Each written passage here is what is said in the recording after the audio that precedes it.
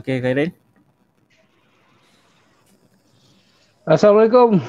Oh, dia punya tu dah habis lah Dia terlambat sikit. Assalamualaikum dan salam sejahtera.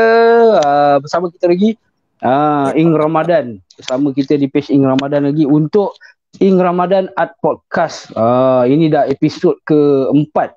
Episod keempat, dan kali ni kita punya topik ni topik dia agak hot juga kartun Malaysia stroke lapuk. Jadi untuk kartun Malaysia ni hari ni kita bawakan khas. Kita ada dua orang kata otai kita otai untuk kartun. Jadi kita ada Bro Azmi. Assalamualaikum. Sihat bro? Bro Azmi. Waalaikumsalam. Alhamdulillah brother. Apa khabar? Alhamdulillah. Ya, dah murih belum ke kejap lagi baru murih? Kejap lagi sambung pula. Kejap lagi sambung. Kemudian kita ada kartunis Mi. Ini lagi lama lagi. Ini orang lama ni. Sihat ke kartunis Mi, Abang Mi? Alhamdulillah. Alhamdulillah. Jadi Mi apa khabar, Mi? Sebenarnya apa dia? Azmi apa khabar? Baik ya? Baik Abang Mi. Alhamdulillah. Abang Mi sihat Alhamdulillah. My master. Jadi sebelum kita bermula, kita nak ucapkan terima kasih dan selamat datanglah kepada kita punya pendengar-pendengar dan penonton lah yang ada pada hari ni. Jadi kita akan ada lagi ramai lagi lah orang yang akan menonton. Dan kalau anda ada apa-apa soalan, anda boleh komen saja dekat ruangan komen tu. Nanti kejap lagi kita punya sesi soal jawab tu, nanti kita akan bacakan balik soalan-soalan tu. Tapi awal-awal ni kita akan bermula dengan perkongsian lah seperti biasa. Sebab kita kat sini ada yang orang lama, ada yang orang baru. Jadi kita nak mengenali lebih lagi kita punya jemputan ni. Mereka ni pun orang kata pendokong ataupun orang yang support Ing Ramadan. Sampai ke hari ini pun kita punya kartunis Mi pun masih lagi meneruskan Ing Ramadan 2021. Betul bang? Masih dapat catch up lagi tak tu? Masih buat. Alhamdulillah. Walaupun tertinggal sehari dua. Masih. Dan kita punya Abang Azmi, Bro Azmi kita pun sama juga. Saya ada tengok 2019 punya pun ada buat Ing Ramadan 2019. Ada. Itu. Itu biasalah, kadang-kadang memang ada yang full habis, ada yang tak ada. Tapi kita nak bawakan untuk orang berkenalan dengan kita punya orang-orang di belakang tabir. Orang kata kadang-kadang orang tak berapa kenal, tapi kita nak berkenal-kenalan. Jadi kita bermula dengan Bro Azmi kita dulu. Bro Azmi boleh kenalkan diri sikit dan orang kata boleh cerita latar belakang terjebak kat dalam berkomik, berkartun ni tadi. Sejak bila terjebak? Silakan. Assalamualaikum kepada yang duk tonton kat luar tu. So cakap utara tak apa ke noh. Boleh. Saya Azmi Hussein, kartunis dari Pulau Pinang. Sebelum ni guna nickname Mi juga, ME. So sebab banyak kekeliruan di antara Mi ME dengan Abang Mi MIE. So sekarang guna nama sendiri dah senang kan, Azmi Hussein. So saya dah lebih kurang tak lama lah, tak seperti yang tak seperti Abang Mi semua. Saya masih baru lagi. First menceburi bidang ni sekitar tahun 2013. Buku pertama saya diterbitkan tahun 2015 dan alhamdulillah setakat ni dah hasilkan 4 buah buku lah. Dan bermula sebagai pelukis karikatur jalanan dan lepas tu jadi pelukis kartun untuk majalah dan surat khabar di Pulau Pinang. Tu sedikit sebanyak tentang saya lah. Ada dah 4 buah buku terbitan. Tu semua kartun ke ataupun komik yang macam mana tu? Ada contoh ke? Boleh tunjuk buku-bukunya. Buku pertama saya yang dilancarkan oleh Datuk Lat sendiri, mentor idola saya. Dengan bantuan Abang Mi jugalah. So di sini saya ambil kesempatan untuk terima kasih ke Abang Mi yang merealisasikan impian saya masa tu. Okey, ni buku pertama saya yang diterbitkan tahun 2015, Tanjung Life. Dan ni buku kedua, dia macam macam biografi saya. Dalam masa yang sama saya ceritakan tentang kehidupan masyarakat India Muslim lah, orang Mamak. So ni title dia The Little Mamak. diterbitkan tahun 2016, Derita Mamak, antara Malaysian Best Title tahun tu pada tahun 2015 dan 2016, dan dihantar ke Frankfurt Book Fair di Jerman. Dan buku ketiga tahun 2017, Derita Mamak Lost in Bagan. Dan buku keempat akan dilancarkan bulan depan, Tanjung Life The New Normal. So itulah sedikit sebanyak buku yang saya dah buat setakat ni. Jadi yang Derita Mamak tu, yang tajuk Derita Mamak dia pasal macam biografi lah, cerita masa budak-budak. Cerita masa budak-budak. Dia something pasal bermula dengan cerita childhood days Abang Mi, saya lah. Childhood days saya, kalau nampak kat sini gambar saya masa kecil. So saya kartunkan karakter tu. So saya ceritakan sedikit sebanyak tentang sejarah-sejarah nasi kandar lah, macam mana money changer datang ke Penang, macam mana atuk saya dulu dari India datang ke Penang ni, dan macam mana sejarah orang Mamak buat bisnes ni apa semua kan. Tapi dalam perspektif saya sendirilah, macam mana nak lucukan benda tu, macam mana nak dengan cara yang lebih kreatif lah. Dia bukan macam buku sejarah kan. So macam mana saya tengok benda-benda yang menarik dalam culture kehidupan orang Mamak ni, so saya kartunkan benda tu. Kemudian yang Tanjung Life pula berkenaan tentang apa? Kalau tadi tu itu atau Tanjung Life ni saya guna karakter budak gigi jongang ni, nama dia Joji. So Tanjung Life ni ceritakan semua tempat-tempat di Penang dan culture di Pulau Pinang lah. Ada pasal makanan, ada pasal tempat-tempat sejarah kat Penang, ada pasal pesta Penang kan. So dia ada semua 50 benda-benda menarik di Pulau Pinang. Dia cerita pasal Pulau Pinang. Yang Lost in Bagan dia lebih kurang macam Derita Mamak juga. Yang ni saya dapat grant dari Think City. Think City yang sponsor untuk buku saya. Dan buku keempat juga, Tanjung Life The New Normal, saya dapat grant dari Georgetown Festival. Dia orang approach saya untuk buat buku lah tahun ni. So Alhamdulillah dapat buku. Maksudnya penerbitan tu ada berkait dengan Georgetown Festival lah kan? Ya betul. Georgetown Festival ni, untuk yang tak tahu, dia merupakan aktiviti, tak tahu, saya pernah join dulu sebab dia ada banyak aktiviti seni dalam satu minggu ataupun dalam sebulan kan, dalam bulan kemerdekaan kalau tak silap saya masa join dulu. Jadi cuma sekarang ni dia dah ada, kita dah ada PKP apa semua, mungkin dia dah sekar sikit lah. Tahun ni dia orang buat publishing saja. Bagus, tak boleh buat event. Sentiasa. Dan New Normal ni berkaitan tentang PKP lah kan, tajuk pun New Normal. Dan macam mana masyarakat Penang ni hadapi PKP ni, macam mana orang bawa beca, macam mana keadaan dia masa PKP ni. Memang PKP ni selalunya orang tengok benda yang negatif, benda yang sedih, benda yang menyusahkan orang apa semua kan. Tapi kalau kita tengok balik di sebalik benda yang apa yang kita hadapi sekarang ni, ada benda-benda positif berlaku yang kita sendiri tak sedar benda tu kan. So saya cuba highlightkan benda-benda tu dalam cerita tu lah. Contohnya macam kita lebih peka dengan kesihatan, lebih peka dengan kebersihan, benda-benda macam tu kan. Bagus. Maksudnya bila dalam komik highlight yang positif, yalah kita pun komik biasanya kalau boleh nak menghiburkan kan. Dah bersedih tu baca komik pun sedih, payah juga kan. Okey, baik. Terima kasih banyak. Tu kita dah tahu, dah tengok tadi itu antara perkongsian buku-buku yang dah diterbitkan. Ada lagi sebenarnya kita nak tanya tentang Bro Azmi, tapi kita nak pergi kepada kita punya otai pula, Kartunis Mi. Sebenarnya semalam saya dah dapat peluang waktu kita sound check, dengan tidak sengaja ya, sejarah tu dah diceritakan semalam, tapi hari ni kita nak sekali lagi ni untuk kita punya audiens yang tengah menonton ni. Kita nak minta kita punya Kartunis Mi, Abang Mi kita untuk ceritakan balik. Sebab bila saya dengar semalam, saya rasa macam wow, ini sebenarnya orang kata barisan otai-otai yang orang kata dia sebaris dengan Ujang apa semua tadi. Cuma orang pun mungkin ada yang tak tahu sebab ada apa 9 tahun hilang tu kan.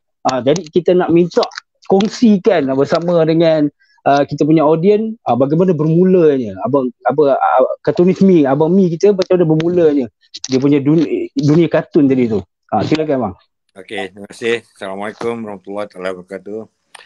Pertamanya saya pun rasa janggal berada di sini sebab saya ni daripada golongan yang pernah berhenti, pernah gantung pen orang kata, pernah macam bersara lah daripada dunia kartun, the limelight of cartoonist ni, tapi kembali buat comeback pada tahun 2012. Saya silap kira semalam kira, bukan 9 tahun. Hampir 19 tahun saya meninggalkan kartun sebenarnya. Salah kira calculation. Lagi lama lah sebenarnya 19 tahun tu. Ya, dekat dengan 19 tahun sebenarnya, bukannya 9 tahun. Dia salah kira matematik. Sebab saya berhenti, saya mula dengan kartun secara serius sebagai pelukis kartun sepenuh masa tetapi part time. Pasal masa tu saya full time-nya sebagai seorang student, pelajar universiti. Dan selepas tu saya bekerja sekejap, makan gaji. Tetapi saya masih lagi membuat sumbangan kartun sehinggalah sampai tang ni. Katakan, sampai tak nak bernafas, saya terpaksa let go. Jadi saya kalau nak bercerita sejarah saya terlalu panjang berbanding dengan sejarah Mi tadi tu kan.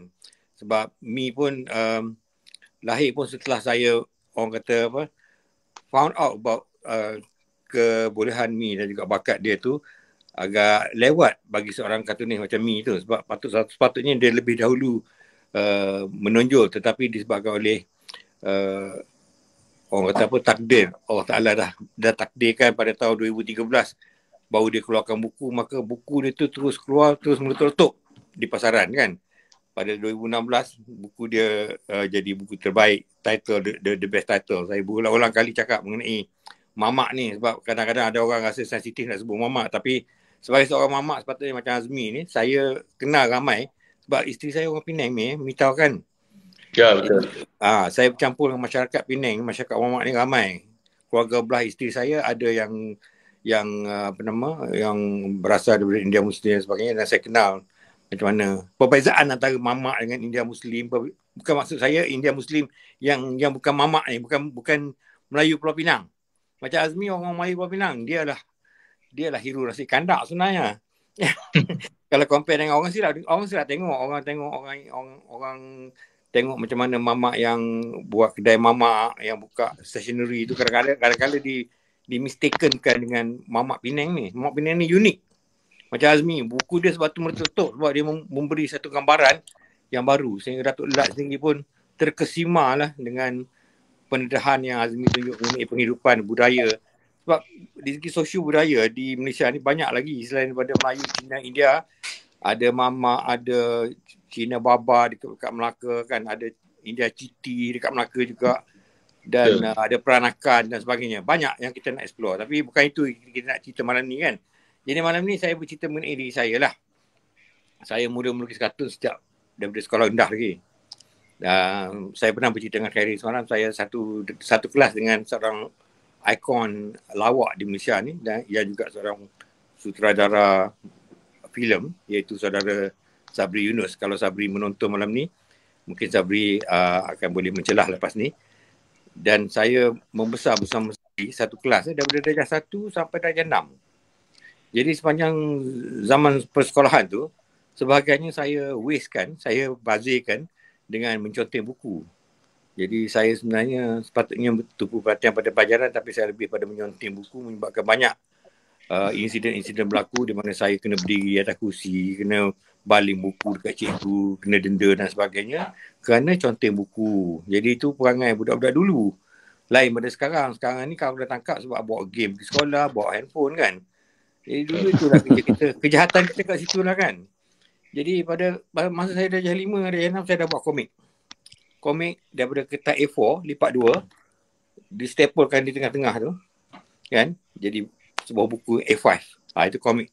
Yang mana bila saya bawa ke sekolah, saya akan dapat balik dalam 2-3 minggu. Sebab kepada kawan kan.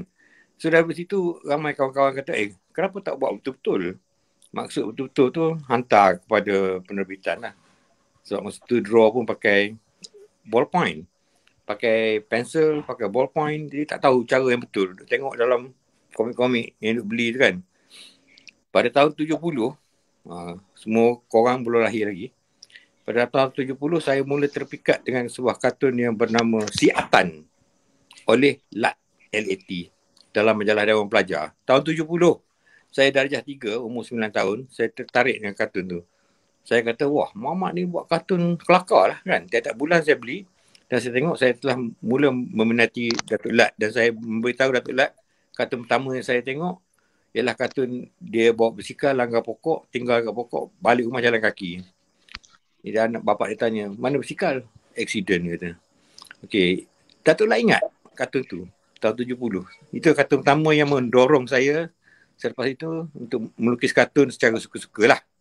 Dan macam saya cerita kat Khairi seorang, lebih kurang tahun 1976 kartun saya masuk ke majalah URTV kan. Majalah URTV, saya rasa masa tu saya terkenal seluruh Malaysia, seluruh Melaya. Sebab kartun saya masuk URTV. Jadi saya bawa URTV tu sampai Dunyai, tunjuk ke orang, kartun aku. Kau ni nak jadi kartunis kan? Dia apa? Mak saya tak pernah melarang. Bapak saya malahan macam arwah bapak Datuk Lat juga, bawa balik kertas daripada tempat kerja dia untuk saya conteng. Banyak. Kertas kajang, kertas majung paper, kertas A4. Saya kenal kertas Radio Bond masa saya umur darjah 6. Kertas yang saya tengok dekat Matahari nampak tulisan Radio Bond. Korang tahu kan? Kertas tu orang buat menaip. Typing paper. Itulah kertas pertama saya lukis. Dan di situ juga saya berkenalan dengan pen celup. Bapak saya bawa balik daripada pejabat dia. Pen, titik Indian ink, lukis. Jadi advance lah. Bila saya masuk sekolah asrama, saya ingat saya dah berhenti melukis kartun lah. Sebab duduk asrama kan, macam mana nak melukis kartun. Kawan-kawan tengok macam mana kan. Tapi setelah 2-3 bulan di asrama sekolah Faris Petra di Pekalan Cepa, saya memberanikan diri bawa kelengkapan yang saya dekat rumah tu ke sekolah dan mula melukis dalam sketchbook. Saya bising sikit anak-anak saya bawa balik. Jadi sorry kalau ada bunyi. Jadi mulalah saya melukis kartun dan saya mula hantar ke URTV tahun 76 masa form 3. Itulah dia bermulanya kartun di situ. Dan saya mula rajin hantar ke URTV, hantar ke majalah, macam-macam nama majalah masa tu. Majalah Kisah Cinta, majalah apa lagi, keluaran Amir Enterprise. Dan saya pun tak ingat Varia Pop kan. Tapi tak pernah dapat duit. Tak pernah dapat duit, tak pernah dapat apa. Cuma saya pernah dapat surat yang suruh saya hantar nombor account bank. Main surat, bukan main WhatsApp ni. Minta nombor account bank, saya tak ada account bank. Lepas tu baru saya ada bank simpanan pejabat pos zaman tu. Kari ingat tak? Kari pun tak ingat tu. Bank simpanan pejabat pos tu macam BSN sekarang. Zaman saya dah ada bank lah. Ya, bank dah ada tapi kita tak ada account. Dah ada bank Bumi Putra, dah ada bank rakyat, dah ada tapi kita tak ada account. Macam mana orang nak bayar kan? Dia masuk dalam account. Jadi lepas itu lama kemudian masa saya dah belajar di universiti, tapi di tahun awal lah, saya hantar kartun ke utusan Melayu, utusan Malaysia. Saya dapat payment yang pertama bernilai RM40, kartun strip. Saya pun tak ingat apa kartun saya buat di situ. Dapat cek saya dah di kelang kabut. Sebab akaun buku tak ada nak masuk cek kan. Mana boleh pergi ke kaunter cashkan duit sebab dia palang. Kan? Itu cerita-cerita lama lah. Jadi daripada situ saya mula mengenali geng Batu Api. Batu Api adalah majalah pertama saya melukis secara serius lah. Masa saya di tahun akhir kursus Sarjana Muda Seni Bina di UTM. Masa tu nama saya diberi oleh Misha sebagai Mi UTM. Sebab ada seorang lagi Mi, kalau Azmi tahu dan kalau Khairi tahu, ada seorang lagi Mi yang sudah memang famous masa tu. Dia memakai beberapa jenis nama yang ada hujung dia Mi. Azmi Burger, kan? Remy, semua tu dia lah tu. Jadi last kali sekarang ni nama dia Azmi T-shirt. Ataupun Remy. Mungkin korang kenal, mungkin korang tak kenal. Yang buat T-shirt sekarang ni dia buat macam-macam jenis T-shirt. Termasuk T-shirt rumah kartun semua dia buat. Azmi. Dikenali dengan Azmi Burger sebab kartun dia berlegar di sekitar orang jual burger. Sebab masa tu kerja full time dia jual burger. Lepas dia jual burger tu baru dia kerja dengan Batu Api sebagai pelukis dan dia jadi Rejab Hat di Batu Api. Kalau siapa yang kartun baru sekarang ni, Cikgu Has, yang di dekat Kedah, Keding dan ramai lagi lah, termasuk Asan, termasuk Wak Sarawak, termasuk ni kalau saya sebutlah Manai Sarawak tu kan. Golongan-golongan yang lahir daripada batu api dengan gila-gila kebanyakannya di bawah asuhan Azmi lah. Nama dia Azmi, panggilan. Nama penuh dia Muhammad Fadullah Suhaimi. Jadi nak tak confuse antara Mi tu kurus, saya berisi. Orang Hadi Al-Hadi, ketua pengarang gila-gila, meletakkan nama Azmi itu sebagai mi tulang dan saya sebagai mi daging. Itu perbezaan antara dua mi. Itu masa tu belum lahir lagi seorang manusia yang bernama Azmi Hussein. Dia jadi ramai lagi mi. Pelukis komik masa tu ada nama Suhaimi, arwah Suhaimi, dan ada seorang pelukis juga nama Suhaimi Ibrahim. Ramai kat nama Mi ni. Jadi agak confused. Jadi lekatlah Mi UTM untuk beberapa tahun sehingga saya habis belajar. Bila saya habis belajar, saya segan nak pakai nama Mi UTM. Orang lain masuk universiti juga kan. Tak payah nama universiti kat belakang. Jadi pada tahun 87, nama Mi dibuang UTM, tinggal Mi. Masa tu saya buat cerita, kalau siapa pakcik-pakcik makcik di luar sana masih ingat, cerita kisah cinta kampus. Tiap-tiap minggu, keluar 2 minggu sekali kan, dalam batu api tu. Masa tu batu api tu tentangan kuat, gila-gila lah. Gila-gila dah lahir, dah terbit, kemudian Misha keluar gila-gila buat batu api. Kan macam Hujang keluar daripada gila-gila buat majalah Hujang. Lebih kurang cerita lah. Jadi dia lawan balik gila-gila. Gila-gila duduk tahan ya. Sampai Learn hidup tahan. Kan, dia hidup tahan-tahan, dia bisa turun sikit. Gila-gila batu api naik. Batu api tak boleh nak tahan, meletup. Apa berlaku saya pun tak boleh nak cerita secara detail. Tutup. Gila-gila survive sampai sekarang. Dan saya di batu api pun terpaksalah berpindah selu-selu akad Tikor Bantal pergi ke gila-gila sekejap kan, buat kartun untuk gila-gila. Itu cerita lama ni semua ni. Dan kemudian saya melukis dengan Utusan Malaysia dan Mingguan dan Harian. Dan juga hari Sabtu. Banyaklah dulu dengan kartun mengenai student dan juga mengenai penghidupan. Ada satu kartun saya, kartun strip yang bertahan selama 3 tahun. 3-4 tahun bawah Nan. Kalau ingat Nan, ingat tak? Din Taxi. Nan, kartunis Nan, N-A-N. Ya, kartun nak, ya. Sekarang dah pencin. Din Taxi oleh Nan. Nan dia kerja dengan Utusan. Dia ni nombor 2 lah selepas Lat masa tu. Orang kenal Datuk Lat, orang kenal Nan. Sebab Datuk Lat di New Straits Times, Nan di Utusan Malaysia, Utusan Melayu. Dia tu macam sifu saya juga lah. Dia yang bawa saya melukis dengan batu api, dengan Misha dan sebagainya. Jadi saya melukis dengan batu api paling lama. Daripada tahun 85 sampai tahun 90. Semua batu api berkubur, tutup. Saya pun lupa perhatian. Mulai dari situ lah saya kata saya dah pencin. Tahun 90 dengan 91 lebih kurang kan. Tahun 1991 ke tahun 2013 berapa tahun? Banyak kan? 19 tahun. 10 tahun tu. Lama tu. Itu semalam salah kira. Saya tak melukis. Masa saya tak melukis tu, banyak benda berlaku, terutama penerbitan majalah Hujang, penerbitan apa, memang saya tak terlibat. Saya kenal semua kawan-kawan saya tu yang buat tu, dan banyak junior-junior yang disayurkan oleh Hujang yang menyayurkan kartunis. Nama apa sekalipun masuk Hujang jadi sayur kan, jadi buah-buahan, jadi manggis, kobis bunga, jadi macam-macam lah. Macam Anwar Hassan pun jadi sirih. Orang lama je yang lekat nama, macam Gayo tak berubah, Ayi tak berubah kan. Yang lain-lain pakai nama yang tak apa nak famous, difamouskan oleh Hujang dengan nama-nama macam-macam lah, Pandan lah, benda lah kan. Jadi saya masa tu tidak terlibat sebab sibuk dengan kerja.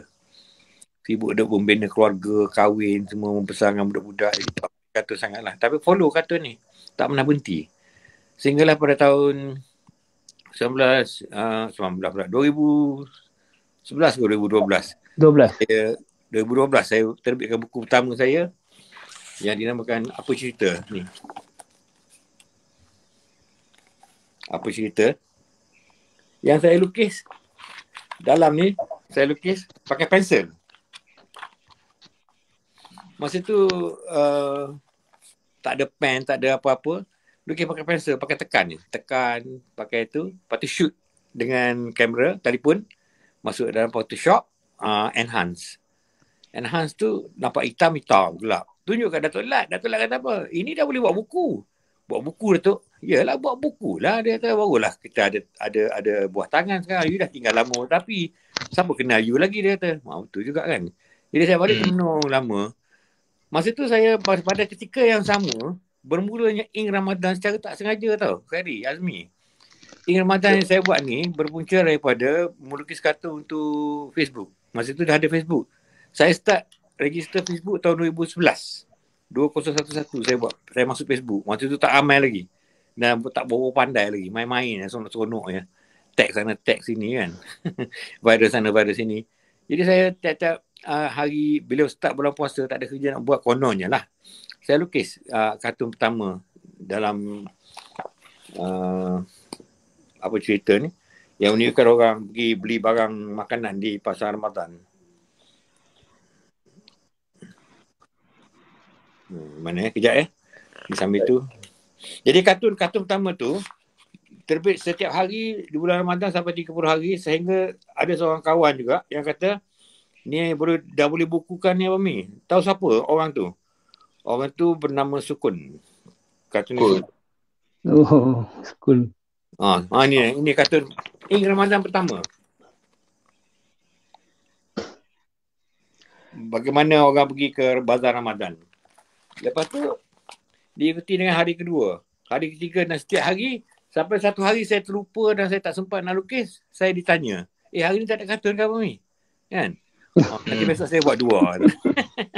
Jadi Abang ni dah asaskan Ing Ramadan sebelum ada hashtag Ing Ramadan. Betul lah, itu sebelum lagi tu. Waktu tu belum ada hashtag Ing Ramadan ni. Ing Ramadan saya tu bermula pada tahun 2012. Ngasas 2012, setahun sebelum buku Mi kan? Ya betul. Saya ada jumpa Abang Mi tahun 2013. Nak tengok tarikh. Okey. 2012 dicetak menjadi buku pada tahun 2013. Jadi buku ni yang saya tunjuk ke Azmi dan saya jual dengan Azmi. Dia beli, dia bawa duit. Berapa apa ni dia kata? RM25. Ambil, bayar. Dapat duit. Dan Azmi bawa balik lah buku tu. Kan? Itu pertama kali. Saya pun cakap ke Azmi, you kena buat buku lebih bagus daripada ni. Dan ternyata buku pertama dia buat memang letup-letup lah. Dia publisher Tanjung Live kan.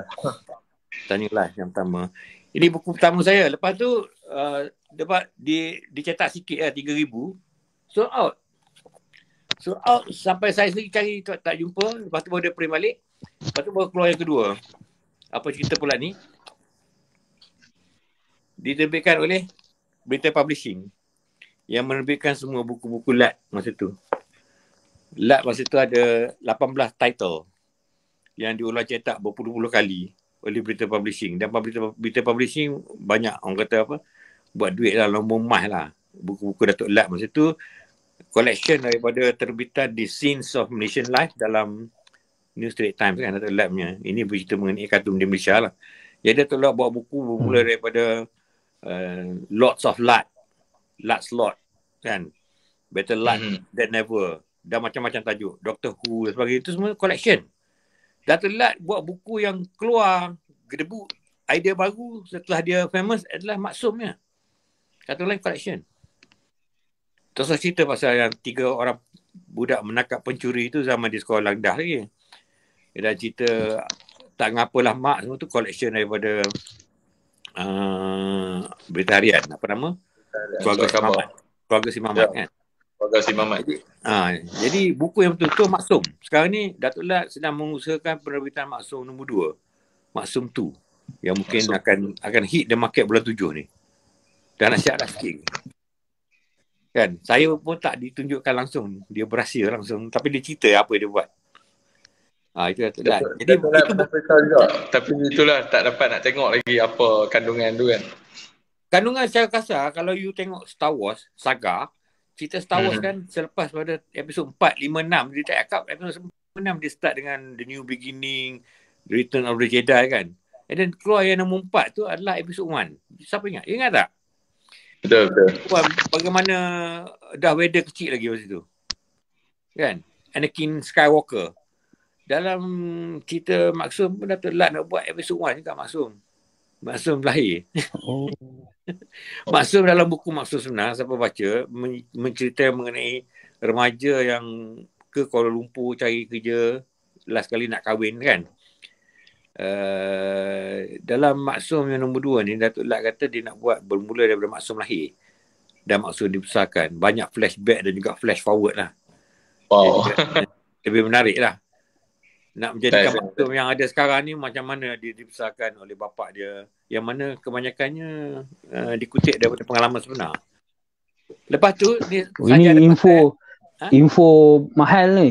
Yes. Info mahal ni. Saya pun tak pernah bercerita kat orang. Eksklusif kalau ni. Tak dengar, minta maaf tu. Saya pecahkan rahsia spoiler. Jadi eksklusif hanya di Art Podcast. Eksklusif di Art Podcast. Kemudian pada selepas 2 buku saya terbit, saya berhenti dengan Berita Publishing sebab Berita Publishing tutup. Saya ditawarkan untuk menerbitkan buku saya yang bertajuk Imbauan 1 oleh Institut Terjemahan dan Buku Malaysia. Setelah saya jumpa dengan Cik Khay, dia punya ketua pengarah masa tu ataupun pengarah urusan. Jadi saya ditawarkan menerbitkan buku ni dengan dia. Setelah saya ada 2 buku dengan Berita Publishing, saya terbitkan. Dan semua buku saya daripada nombor 1 sampai sekarang ni ada 2 bahasa. Bahasa Melayu dengan bahasa Inggeris. Jadi saya terpaksa terikat dengan keadaan tu. 2 bahasa tu supaya buku saya boleh dibaca oleh orang yang tak faham bahasa Malaysia lah kan. Ataupun untuk dipasarkan di luar negeri kononnya. Dan buku saya paling jauh pergi pun pernah ke Sri Lanka dan juga ke Indonesia. Yang lain-lain Frankfurt tu saya tak tahu. Kalau mereka bawa saya tak tahu lah kami. Tapi yang saya tahu, saya dapat order, ada pemesanan daripada Indonesia dan daripada Sri Lanka. India. Sri Lanka tu ada orang bawa buku saya pergi sana. Dia ambil dia email. How can I get your book? Where can I buy your book? Kan? Saya nak post, tengok harga postage lagi mahal daripada harga buku. Betul. Jauh. Betul. Jadi saya terpaksa kirim melalui satu NGO yang nak ke Sri Lanka. Saya pun tak kenal orang ni sampai sekarang. Dan saya hantar 2 buah buku saya masa tu, Imbauan 1 dengan Imbauan 2. Untuk masuk ke perpustakaan di Sri Lanka. Imbauan 2. Oh, good. Okay. Imbauan 1, Imbauan 2 dan kemudian lahir Imbauan 3. Bukan dengan ITBM lagi tapi dengan Bekazon. Imbauan 3. Jadi ada 3 imbauan.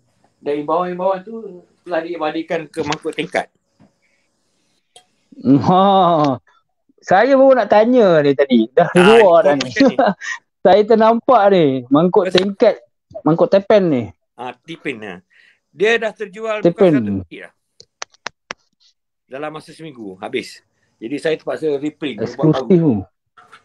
Eksklusif.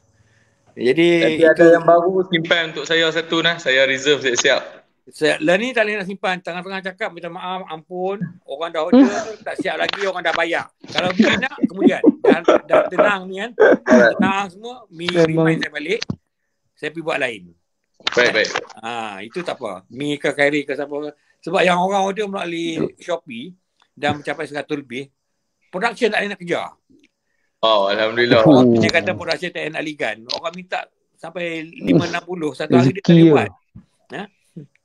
Jadi itu cerita dia. Jadi buku 3 biji. Di samping tu, di celah-celah tu saya dijemput oleh pihak UTM.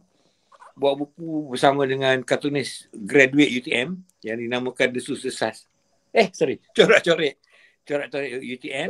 Dan di bawah Kementerian Pendidikan, Pengajian Tinggi, terbit satu buku nama Citra. Kolaborasi dengan Datuk Lat. Saya rasa saya betul sebab orang pertama berkolaborasi dengan Datuk Lat dalam satu buah buku. Saya berdua je. Mi dan Lat. Mana? Lat dan Mi. Itu dia. Berkolaborasi. Tapi secara jujurnya, walaupun berkolaborasi, saya rasa proportion. Datuk Lat buat 12 kartun. Saya buat 60. Whereas sama. 40 kan 60. 40. Jadi maknanya dia tak ada masa nak buat banyak. Dia buat 12 kartun. Yang selebihnya saya kena buat. Tetapi dia bagi kolaborasi sebab saya rasa betul lah berapa menumpang. Kalau Datuk Lat nak buat buku dengan 12 keping kartun, mana boleh buat satu buku kan? Tak cukup. Jadi dia cari orang yang konon-kononnya protege lah pada mentor tu. Orang yang bawah asuhan Datuk Lat. Dan kami berbincang. Nak buat kartun pun berbincang. Nak buat tajuk apa, mengenai apa dengan Datuk Idris Yusof, masa tu Menteri Pendidikan Tinggi, terbit buku. Dan saya rasa saya telah membawa satu platform kepada kartunis, bukan bergerak secara bawah-bawahan tapi ke atas di ruangan akademik yang begitu berluasa sehingga kartun diterima pakai oleh profesor-profesor semua. Mereka kena beli buku tu, terpaksa beli. Baca tak baca tak tahu lah kan. Kalau pergi rumah mereka kan, ada dekat rack tu buku. Ada buku kartun. Kementerian Pengajian Tinggi lah. Gitu kan. Tak boleh nak kata kan. Terbitan akademik lah tu. Dan buku yang sedang dalam pembikinan, pandemi. Macam Mi kata tadi, is a new normal. Yang berceritakan mengenai pengalaman selama 2 tahun bergelumang dengan COVID-19 daripada 18 bulan 3 tahun 2020 sehingga 18 bulan 3 tahun 2021 dan beyond, maknanya ada lagi beberapa bulan selepas tu 13 bulan 1 2021 kita kena lockdown lagi sekali kan. Diabadikan dalam bentuk yang ringan, dalam bentuk yang joke lah, bukan kita ambil benda serius, benda yang menakutkan, sampai benda yang mati dan bawa pergi kubur, botol nak pergi dekat. Itu kita tak kita yang simple je mengenai macam mana kita tak faham kan mengenai apa itu PKP kan, sehingga kita faham kenapa kita kena PKP, kenapa kita kena buat kerja di rumah, bercerita kenapa budak sekolah tak boleh pergi sekolah kan. Dan hari ni pula confirm UPSR dimansuhkan kan.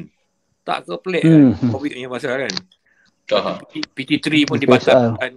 Nanti SPM ada lagi. Kalau SPM pun dibatal, esok ramai budak-budak habis 1.5 ada SPM ada. Pasal apa? Pasal COVID kan. Jadi orang tak nak faham. Jadi dalam buku ni saya bentangkan satu persatu. Dan buku ni telah dibentangkan ke KKM. Saya hantar satu set PDF ke KKM untuk supaya Ketua Pengarah Kesihatan Tan Sri Dato' Nur Hisham Allah buat kata-kata haluan dan telah dipersetujui. Draft dia dah ada. Dia setuju nak tulis kata-kata haluan dalam buku saya, tapi belum lagi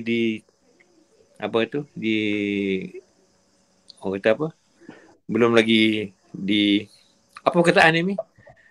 Belum rasmi lah.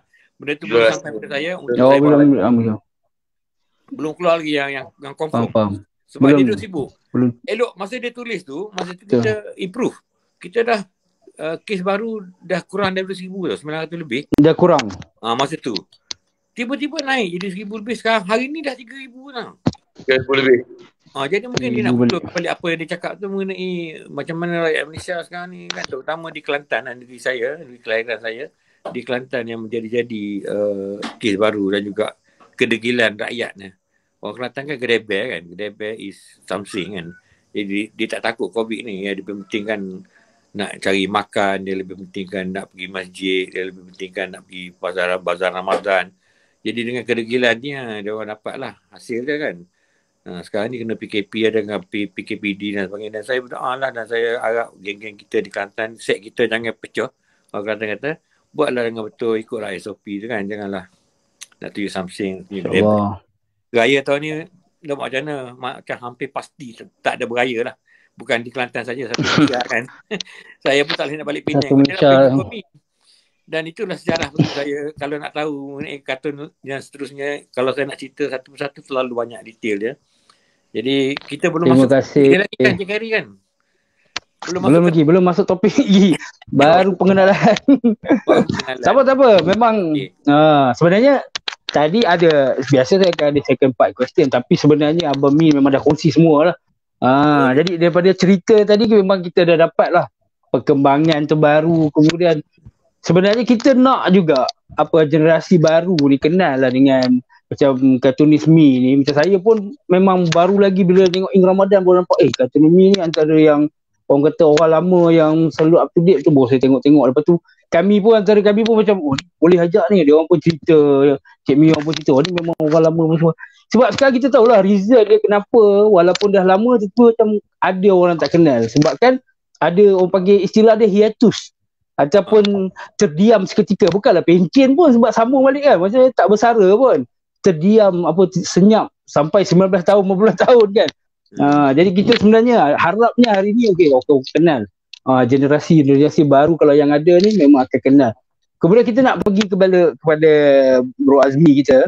Sebab tadi Abang Mi dah cerita dia punya yang orang kata pencapaian tadi tu. Bro Azmi pula, untuk yang tak tahu, dia dah pegang 2 world record pula dah.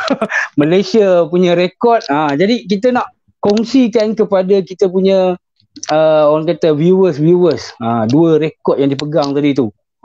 Silakan Bro Azmi. Rekod pertama yang saya set tu tahun 2017. Tahun 2017 saya buat rekod lukisan karikatur secara live terbanyak dalam masa 24 jam. So masa tu Malaysian Book of Record tetapkan syarat saya kena lukis sekurang-kurangnya 250 karikatur. Saiz dia tetapkan ni, saiz dia. Saiz A4. Saiz mesti A4 kan? Okay.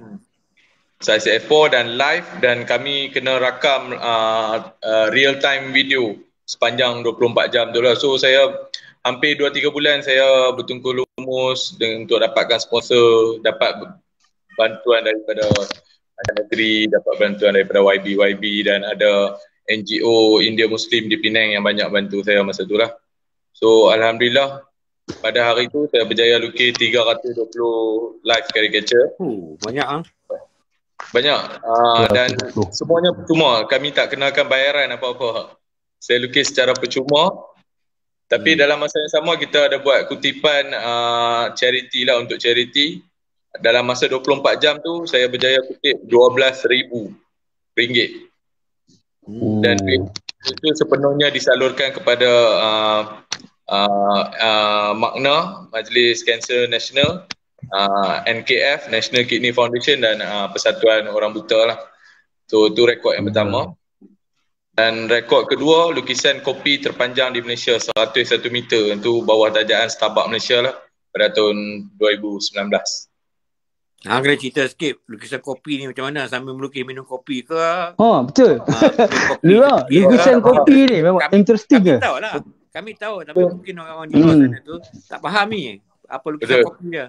Cerita sikit. Mungkin kat belakang ni pun nampak ada lukisan orang hutan tu kan. Saya gunakan bancuhan kopi untuk buat painting dia. Itu lukisan. So saya lukis pemandangan, apa benda-benda menarik. Sopa macam Tanjung Live punya konsep juga.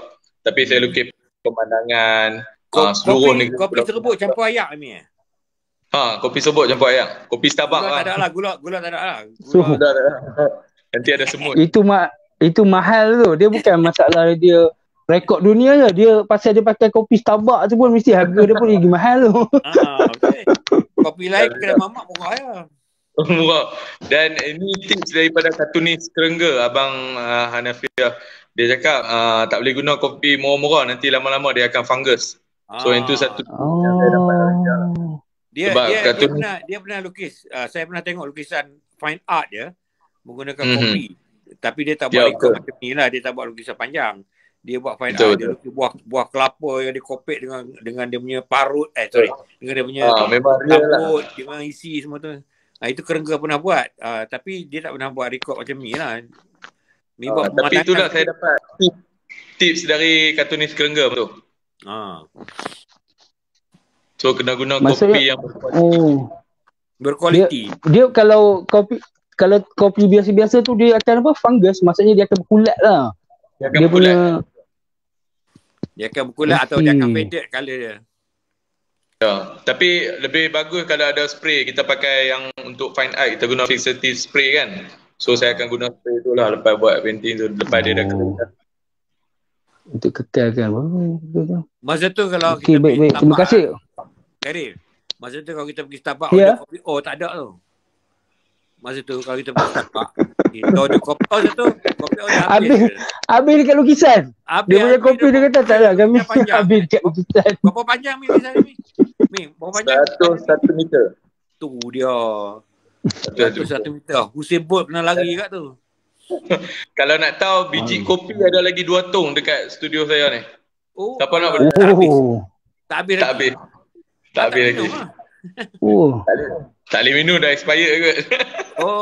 So lukisan tu sekarang di mana duduk lukisan tu? Dipamerkan ke ataupun disimpan? Lukisan tu sepatutnya tahun 2020 sebelum COVID tu kita orang rancang satu pameran dekat Swettenham pelabuhan kapal-kapal cruise dekat Penang kan. Sepatutnya ada satu pameran dekat sana. So sebab sebab COVID kita terpaksa batalkan pameran tu. Dan lukisan masih ada kat sana lagi lah. Baik-baik.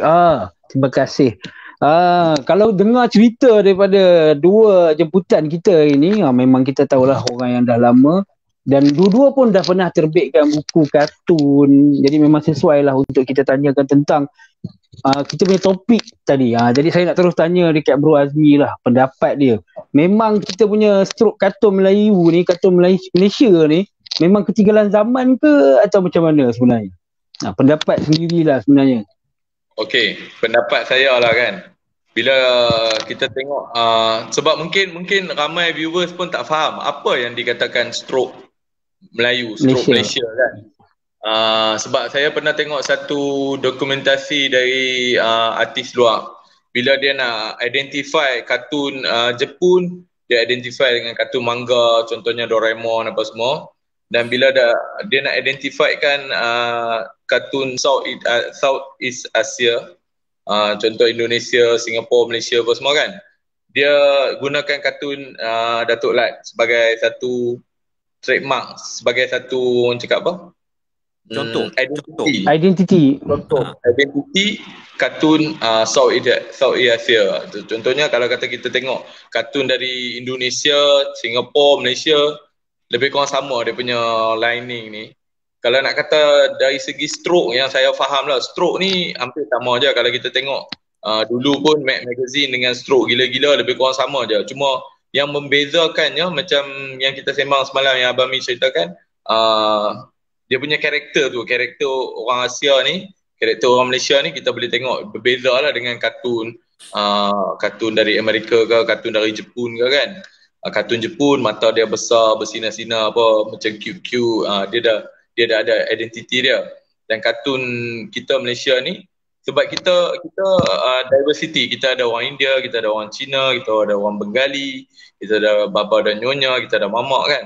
So contohnya bagi pendapat saya lah, banyak yang follow daripada step orang-orang lama macam Arwah Roh Jahat, dan Datuk Lat, dan orang lama macam Abang Misha apa semua kan. So dia orang dah setkan trend tu tau, stroke Malaysia macam ni.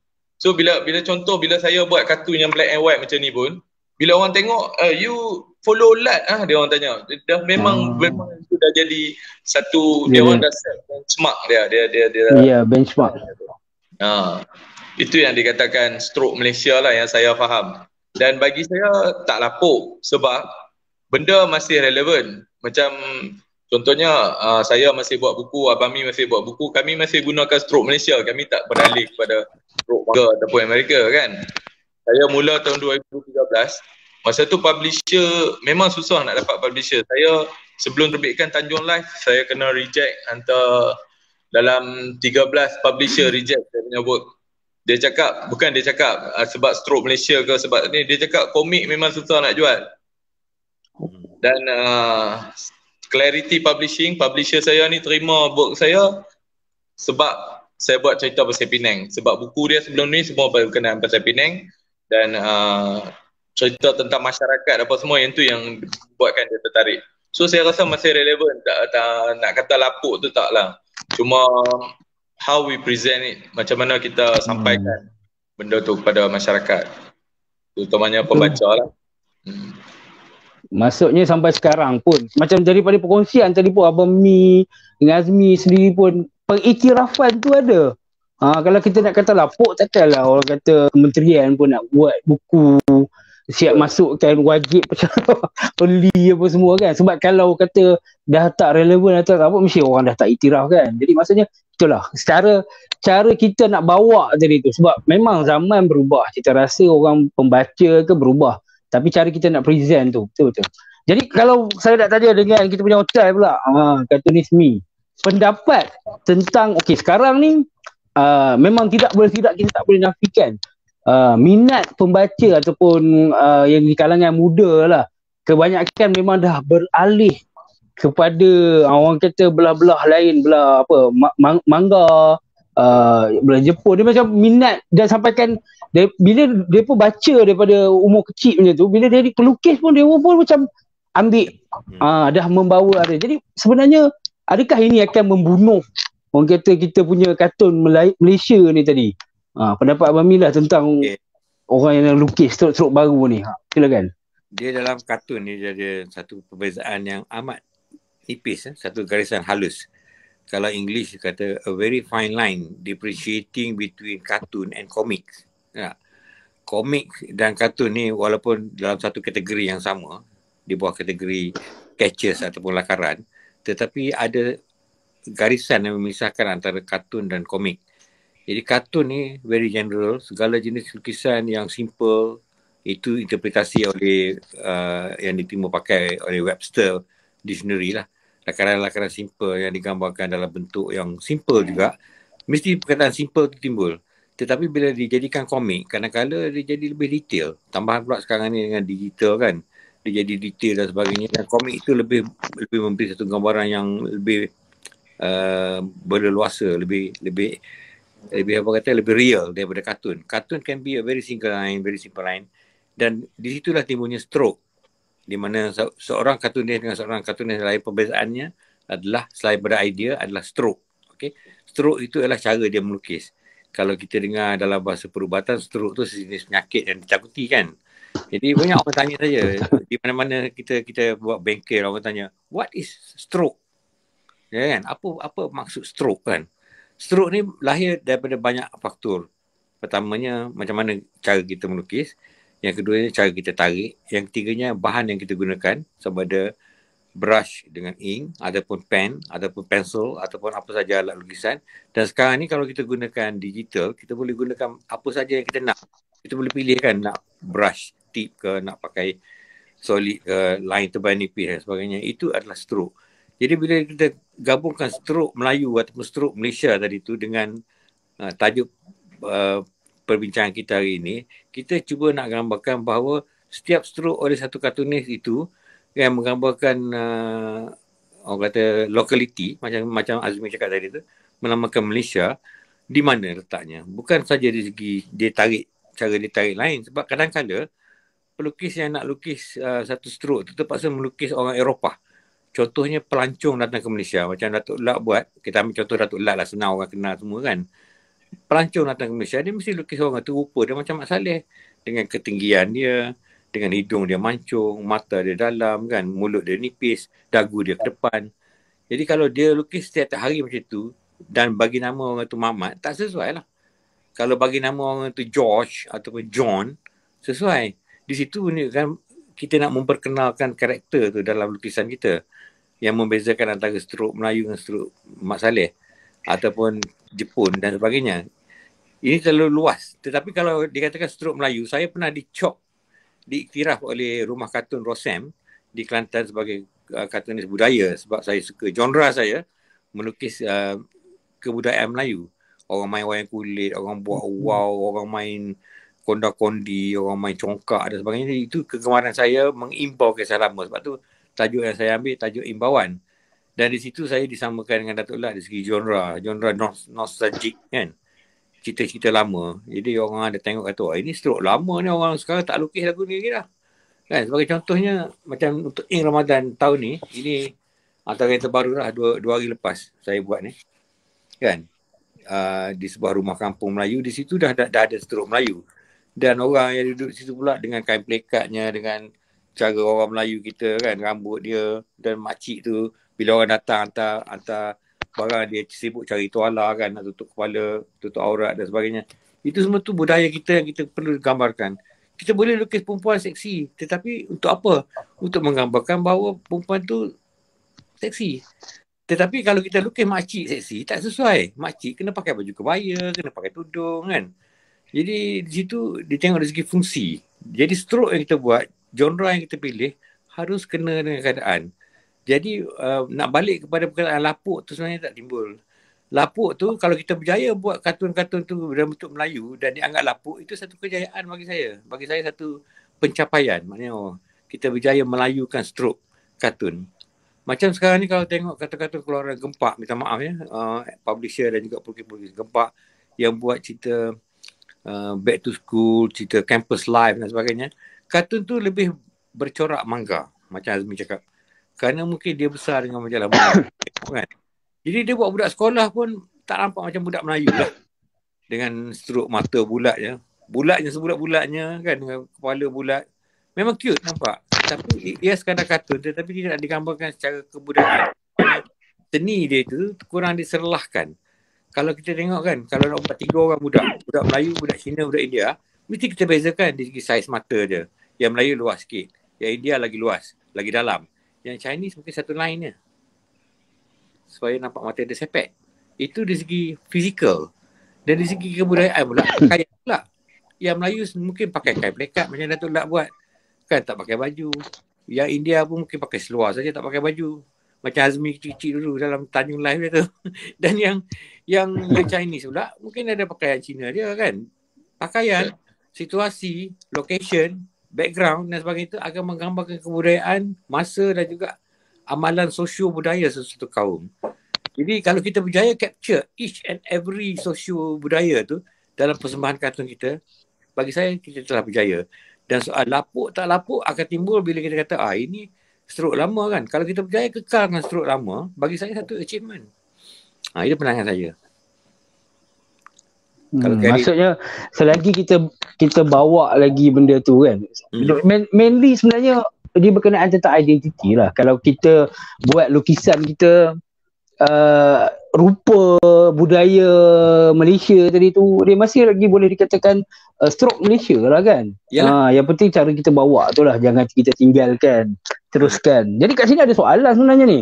Kita boleh tak minta chip kita untuk keluarkan ni ada ni daripada kita kerja ni, bagi yang suka melukis PKP ni lagi banyak melukis. Semalam pun ada kongsikan bila time PKP ni lagi banyak masa lah untuk melukis kan. Betul. Betul. Jadi orang kita Azmi ni saudara Muhammad Fairuz Abdul Hamid ni, rakan-rakan yang ini yang bersama dengan kita lah dari tadi. Banyak komen-komen ni.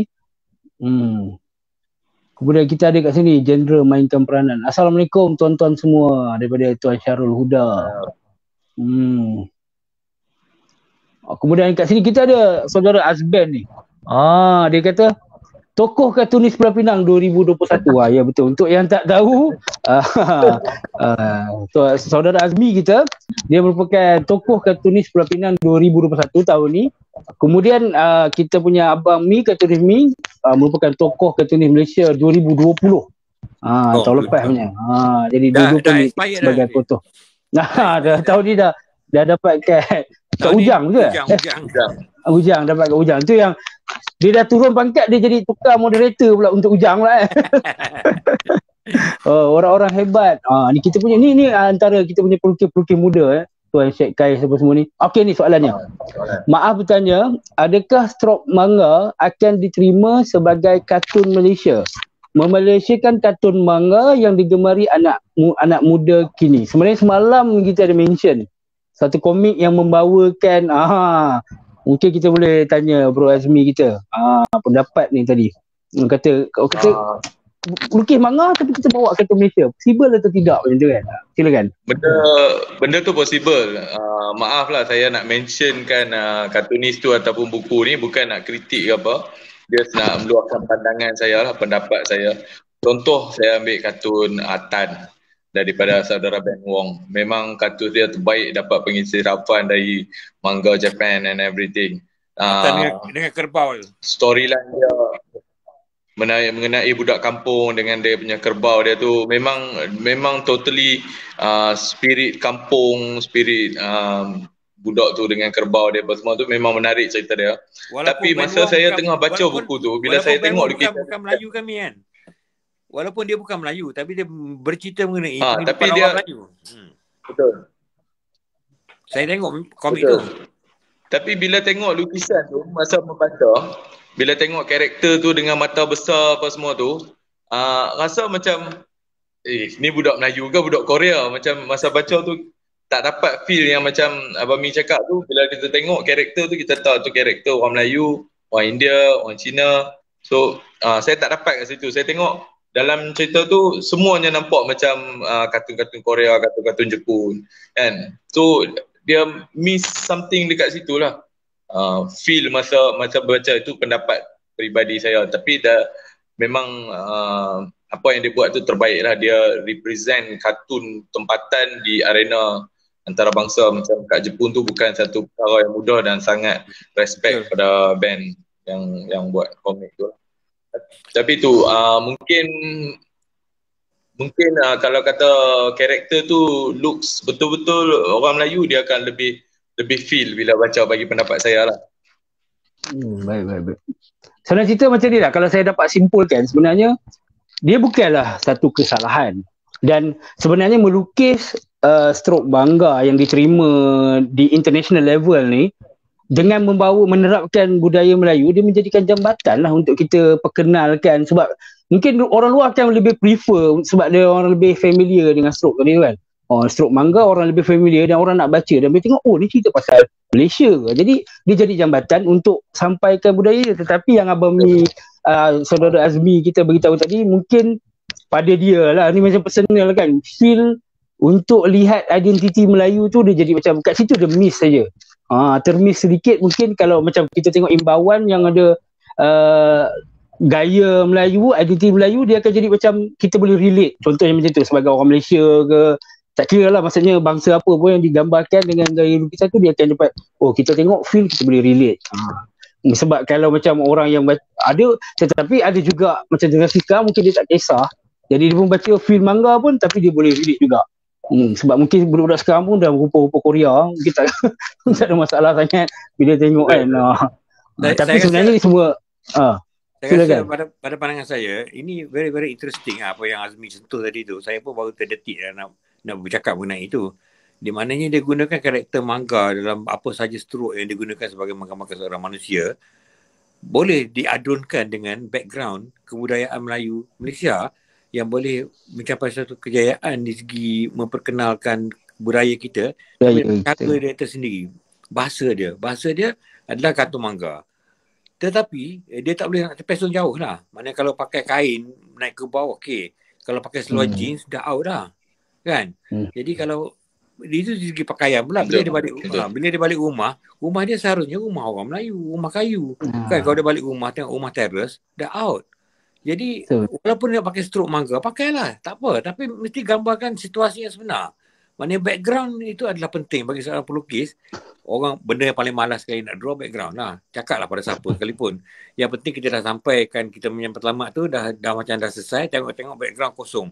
Zaman saya melukis kartun dulu, ramai sipu-sipu kartunis yang hebat-hebat, saya tak payah sebut nama.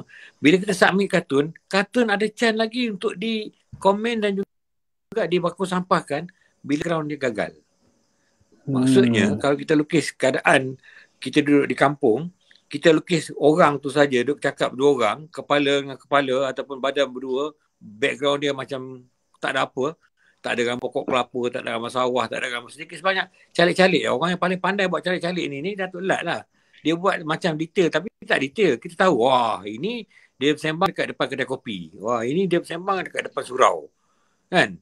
Dia calik-calik je background itu. Tapi kalau tanpa background, tanpa situasi untuk menggambar kedudukan di mana saja macam Atan dengan kerbau dia tu duduk tiba-tiba dalam tengah bandar Hong Kong, tak jadi.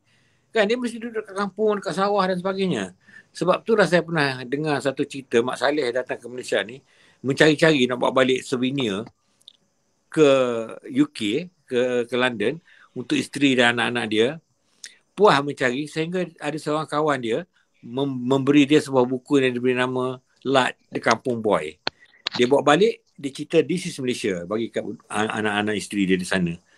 Dan itu menggambarkan keadaan Malaysia. Jadi dia orang tengok buku tu, dia orang semua ramai-ramai pakat nak cari duit nak datang Malaysia. Begitu kuat kan pengaruh sebuah kartun budaya yang boleh menggambarkan. Orang nak tengok keadaan tu. Walaupun apa yang digambarkan oleh Datuk Lat dalam The Kampung Boy tu, situasi itu mungkin dah tak ada lagi sekarang ni. Dah berubah kan, kampung pun dah moden kan. Zaman dulu yang Datuk Lat gambarkan tu ada dua benda lah. Satu pada masa itu di Malaysia, yang keduanya satu-satunya budaya di dunia ini yang tidak ada orang lain duplicate adalah budaya kita. Kalau ada persamaan sikit-sikit dengan Indonesia itu memang dari segi root dia, akar umbi dia. Jadi lepas tu kartun di Indonesia lebih kurang kartun kita. Kan? Saya teringat ada Azmi sebut tadi mengenai kartun Southeast Asia. Southeast Asia kartun banyak dijelmakan oleh kartun-kartun yang berasal daripada Southeast Asia. Contoh dia Arwah lah. Yang satu mamat Sri Lanka juga. Nama dia Collete. Collete. Kalau siapa ingat dulu dalam Asia Magazine, lama ceritanya, saya tak patut cerita ni, kena cari pula. Siapa nak Google lah. Collete. Kartun dia nama Santan. Suntan. Kan? Santan.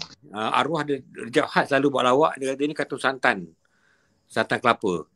Santan dia menunjukkan sepasang suami isteri yang kita tak tahu bangsa dia apa. India ke, Indonesian ke, Filipino ke, pakaian dan juga cara sanggul perempuan tu dan juga lelaki tu dengan kain macam cara style India, kain putih tetapi baju dia baju kemeja biasa. Yang digambarkan sebagai penghidupan orang Asia adalah sebuah majalah yang diberi nama The Asian Magazine. Asian Magazine dulu adalah sisipan. Majalah sisipan yang diberi bersama dengan The Malay Mail ke Sunday Mail. Tiap kali kita beli Sunday Mail, kita dapat Asian Magazine. Asian Magazine itulah di mana Datuk Lat pertama kali keluar daripada Malaysia dengan kartun yang bertajuk Bersunat.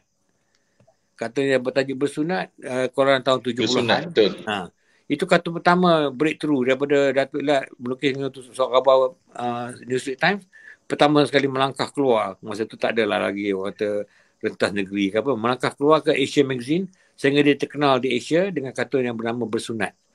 Kartun tu memang style-style kartun Datuk Lat yang buat macam dalam kampung boy juga lah. Lahir-lahir dan Indoi semua tu kan. Marhaban. Kalau tak buat benda macam tu, ramai budak-budak kita sekarang tak tahu. Jadi orang baca kartun macam ni ke, tanya bapak dia, tanya tok dia. Tok macam ni ke masa baby lahir kan.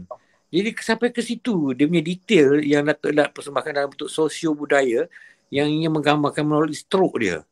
Kan? Dia tak lukis Mak Saleh, Superman, badan berketak, ada six pack dan sebagainya.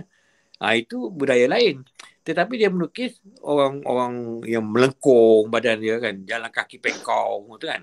Itu yang real, bersandar kat tiang macam mana garu belakang dengan tiang rumah kan. Itu gambaran yang orang lain tak boleh nak capture. Kecuali beberapa orang lah. Macam saya boleh sebutkan nama lah. Datuk Lat sendiri, Kerengga, Don, Tazidi yang sensitif mengenai perkara tu. Juragan. Tetapi ramai yang ambil mudah. Jadi kalau kita ambil manga, memang tidak ada semua tu. Kita kena adakan. Macam Azmi cakap tadi. Kita adunkan balik dengan budaya background kita dan menjadikan dia satu stroke yang boleh kita terima pakai. Itu pandangan saya. Kemudian kita ada komen daripada Cikgu Joey ni. Walaupun stroke manga kena boleh bezakan suku bangsa dalam raut wajah. Contohnya white manga. Walaupun stroke manga tapi nampak beza bila dia lukis wajah Mak Saleh, African American, Asian dan Latinos. Jadi mungkin macam diulang balik lah kita. Maksudnya benda yang point tadi adalah identiti tadi tu. Walaupun stroke kita manga pun mungkin identiti tu kita highlight juga, nampak kan identiti Melayu tadi. Kemudian untuk background rumah kebudayaan pun kita kena terapkan lah untuk bagi Malaysia tu ada dalam komik kita walaupun kita terpengaruh style manga kan. Dan kalau dah baca, sebab saya baca dah Hatan tu memang rumah pun kampung, memang kampung, suasana semua kampung lah. Dia memang terapkan. Memang dia tak lari main bendang semua tu adalah orang kata budak kerbau lah orang kata. Memang Acan tu memang kita dapat feel dia dekat kampung lah. Okey, kemudian ni ada satu soalan ni daripada Tuan Azben ni. Apa pendapat Abang Mi mengenai kebangkitan penerbitan sendiri? Komik, zin komik indie dan berapa rakan pelukis kartun ketika zaman PKP. Jadi di zaman PKP ni orang kata terbit sendiri tu dah tumbuh bagai cendawan selepas hujan orang kata kan. Memang ramai yang dah mula buat bila dah buat komik time free lepas tu compile jadi buku. Jadi pendapat Abang Mi mengenai terbit sendiri ni. Saya kenal Azben seorang kartunis juga, seorang pengarang dan seorang ahli fikir dalam dunia kartun. Sebab dia banyak bagi pandangan, dia banyak bagi komen. Saya pernah kena komen sendiri kat Azben. Saya respect, salute Azben. Dan apa yang Azben tanya tu sebenarnya bagi saya satu diversification, jalan keluar. Sebab sekarang ni macam Azmi cakap, saya suka petik orang cakap supaya nampak real kan. Memang betul Azmi cakap tadi, bukan semua orang nak terbitkan komik sebab dia kata komik tak boleh nak jual. Jadi kalau berpandangan macam tu, maknanya sebenarnya apa bahan yang kita sembahkan pada dia tu, pada dia tidak ada pasaran. Jadi untuk memasarkan, supaya nak buktikan bahawa ada pasaran, kita boleh buat sendiri. Saya pernah tengok orang yang gigih macam Aku Napi, macam Bob Hairi kan. 2-3 orang, sekadar menyebut nama, ramai lagi yang buat zin sendiri. Macam Ozom di Kelantan kan. Macam yang terbaru saya dapat tengok dan pegang majalah buku komik oleh Kuchai dengan tim. Semua kata baru yang buat secara zin dan jual sendiri. Print sendiri, jual sendiri. Kadang-kadang lebih mendatangkan keuntungan. Tetapi dia ada sebut perkataan COVID tadi. Di zaman COVID, di zaman PKP ni, zaman MCO ni, benda-benda macam tu banyak kekangan. Kita kalau buat zin, ada apa-apa roadshow, kita boleh bawa zin kita, buka meja, minta kebenaran, jual. Masa tu kita boleh laku satu hari 40-50 biji. Kalau kita tunggu di rumah, orang order, mungkin dalam sebulan surah 2 buah, macam mana nak cari makan kan? Jadi zin sekarang ni pun terganggu oleh sebab COVID. Kecuali kalau dia betul-betul buat promotion yang bagus, jual online terus.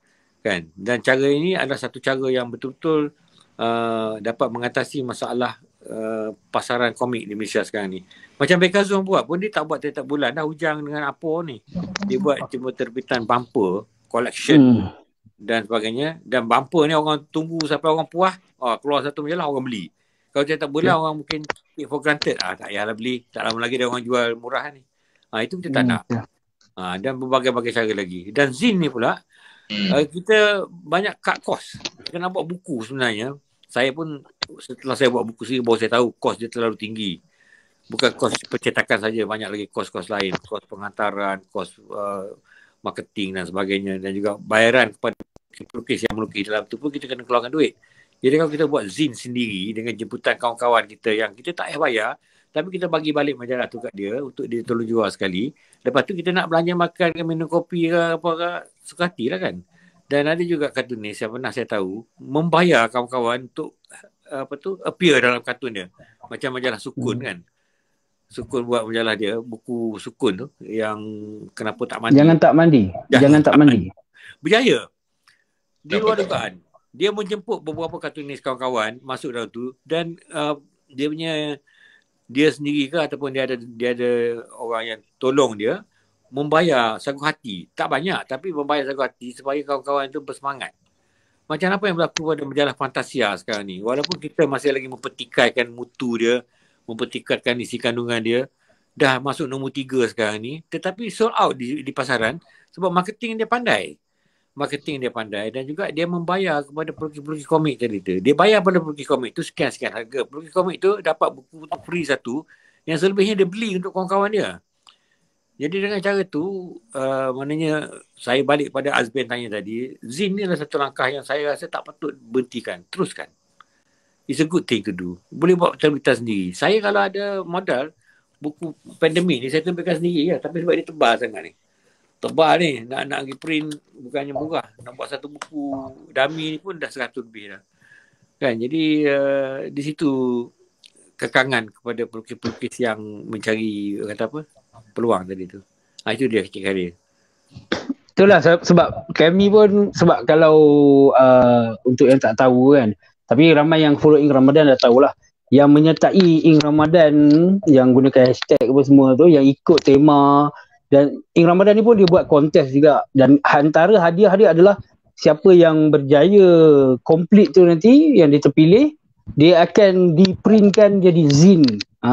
Jadi komik. Dan kami yang tim saya buat lah, Ima dan Ciko tu dah 2 tahun lah dapat. Tapi itulah antara benda yang tak syoknya, kita jual direct tau. Kalau macam bila ada event kan, dia pasca sebelum pandemik tu, kita dapat tengok ekspresi orang bila dapat baca depan mata kita kan. Okay. Dan kemudian zin komik ni dia satu bagusnya adalah untuk yang macam yang join Ing Ramadan, macam yang muda-muda, memang mereka pun memang tak terfikir untuk publish kan. Tapi bila dia dapat buku hasil dia setiap hari melukis tu, dia bagi semangat lah kan. Kita dapat pegang kat tangan, kita macam semangat untuk nak menuju ke arah kita kena teruskan lagi untuk buat buku, untuk pergi ke publishing ke. Tapi sekarang memang semua orang pun dah pergi kepada orang kata terbit sendiri. Kita tengok sekarang ni ada nama-nama macam tadi Sukun. Kemudian baru itu saya tengok Keladi kalau tak silap saya. Himmah Ar-Rijal pun buku terbit sendiri ke kat tu. Dan ramai dah yang buat terbit sendiri. Nak bila kita dah ada follower ramai kan. Jadi terima kasihlah banyak mengenai pendapat kita dua jemputan kita yang bagi pendapat tentang stroke. Lepas tu kemudian ada pula yang cakap pasal terbit sendiri. Jadi sebenarnya kita kalau ikutkan memang kita dah lebih masa, tapi tak apalah, ini lebih masa ni orang kata berbala lah sebab ada perkongsian. Sekali lagi saya ingin ucapkan terima kasih kepada kita punya Bro Azmi. Terima kasih kerana sudi luangkan masa ni dekat studio kan. Bukan dekat rumah, sanggup pergi studio. Terima kasih banyak. Dia ada jadi kalau kalau nak follow studio saya dekat balcony-nya. Dekat depan rumah je. Kalau nak follow Instagramnya Azmi Hussein, Azmi_Hussein ke? Instagram okey, ni je Azmi_Hussein. Boleh tengok ejaan dia dekat skrin. Kemudian kalau di Facebook Azmi Hussein, betul? Ejaan yang sama, Azmi Hussein, boleh follow. Dan kemudian kita punya kartunis sotai kita, Abang Mi kita, dia punya Instagram dia Ahmad Hilmi. Kemudian Facebook AR Ahmad Hilmi. Boleh follow. Dan kalau anda nak tengok kartunnya yang dipublish ataupun yang dia selalu post, boleh join kartun kita, jiwa kita, selalu post kat situ lah. Dekat grup tu saya selalu tengok kat tu. Zone Kartunis. Saya selalu hantar 3 tempat sekali. Zone Kartunis. Zone Kartunis. Page saya dengan IG. Dan juga kartun kita, dunia kita. Kartun kita juga kita. Jadi boleh follow dan jangan lupa untuk follow sekali lagi Ing Ramadan. Kita ada page Facebook Ing Ramadan untuk tonton ni tadi. Boleh tonton semula, kita akan bagi link untuk yang dia terlepas. Macam tadi kita tengok kat atas ni. Saudara, kartunis Pucai dia kata aduh terlena tadi ni baru masuk. Kartunis Pucai tadi yang sebut nama sebut, dia pun baru tengok ni, dia kata terlena. Tahu kita dah faham lah sebenarnya sebab time-time macam ni kan, kadang-kadang lepas tarawih semua ada yang terlelap. Jadi kita boleh tonton semula. Sebenarnya topik ni memang sebenarnya kalau tanya saya lah, saya lagi suka kita bersemuka lagi panjang, boleh borak kan sampai 2 jam, orang kat depan mata tanya soalan kan. Tapi tak apalah, InsyaAllah ada rezeki. Sebab kita pun sekarang ni Sakoplas tu antara orang yang aktif, kumpulan yang aktif buat event dekat belah utara, dekat Perak kan. Jadi kalau macam dia ada buat event, insyaAllah lah boleh jemput lagi kita ada Bro Azmi dan juga ni. Kemudian terima kasih kepada yang memberi soalan, yang menonton. Terima kasih semua.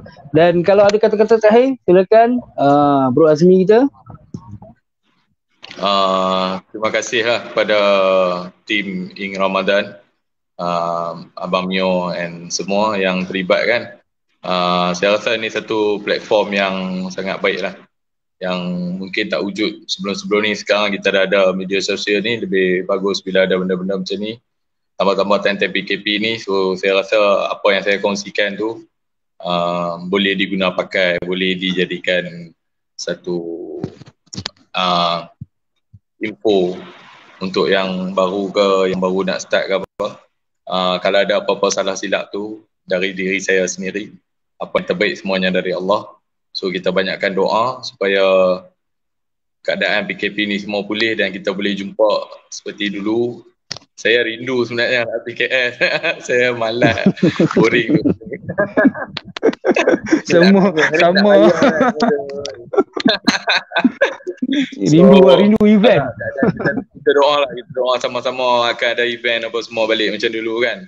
InsyaAllah. So terima kasih juga kepada Abang. So saya tak tahu berapa ribu kali lagi saya nak berterima kasih kepada Abang Mi, sebab Abang Mi as one of the mentor yang banyak orang cakap apa, yang designkan saya dari dulu. So alhamdulillah saya dapat jumpa beliau dulu kan. So terima kasih sekali lagi Abang Mi. Sama-sama. Saya pula kalau dia minta saya cakap dulu-dululah. Banyak benda Azmi dah cakap. Tapi saya nak tambah sikit lah. Selain daripada saudara Mio kita, Saya juga ingin ucap terima kasih kepada saudara Aziz, Abu dan geng-geng Port semua kan.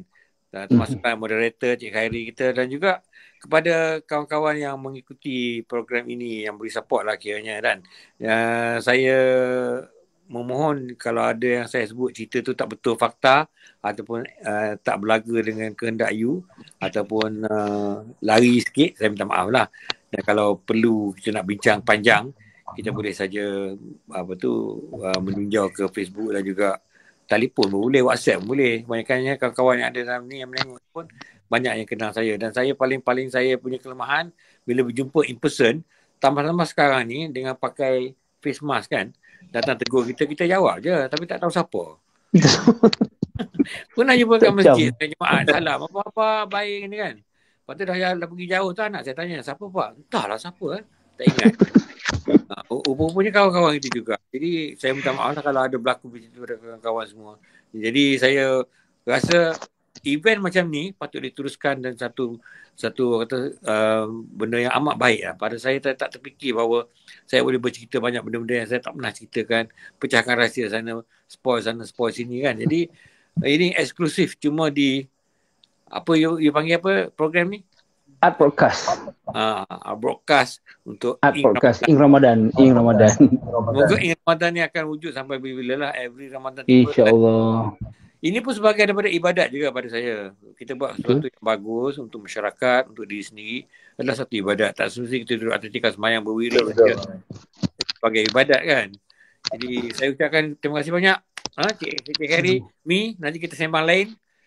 Kisah salam budak-budak dah besar-besar kot. Jadi saya mengundur diri lah. Saya terima kasih semua. Assalamualaikum. Jadi sekali lagi kita ucapkan terima kasih, dan juga saya pun ingin memohon jari 10 mohon maaf bagi mewakili Ing Ramadan. Jadi untuk yang orang kata dekat ujung baru terdengar, jangan lupa nanti follow, boleh tengok balik dekat page ni, dan kemudian kita akan kongsikan, boleh dengar dekat orang kata Razer, apa lagi banyak platform lain. InsyaAllah. Jadi itu saja untuk hari ini. Assalamualaikum dan selamat berpuasa. Salam sejahtera. Okey, Assalamualaikum.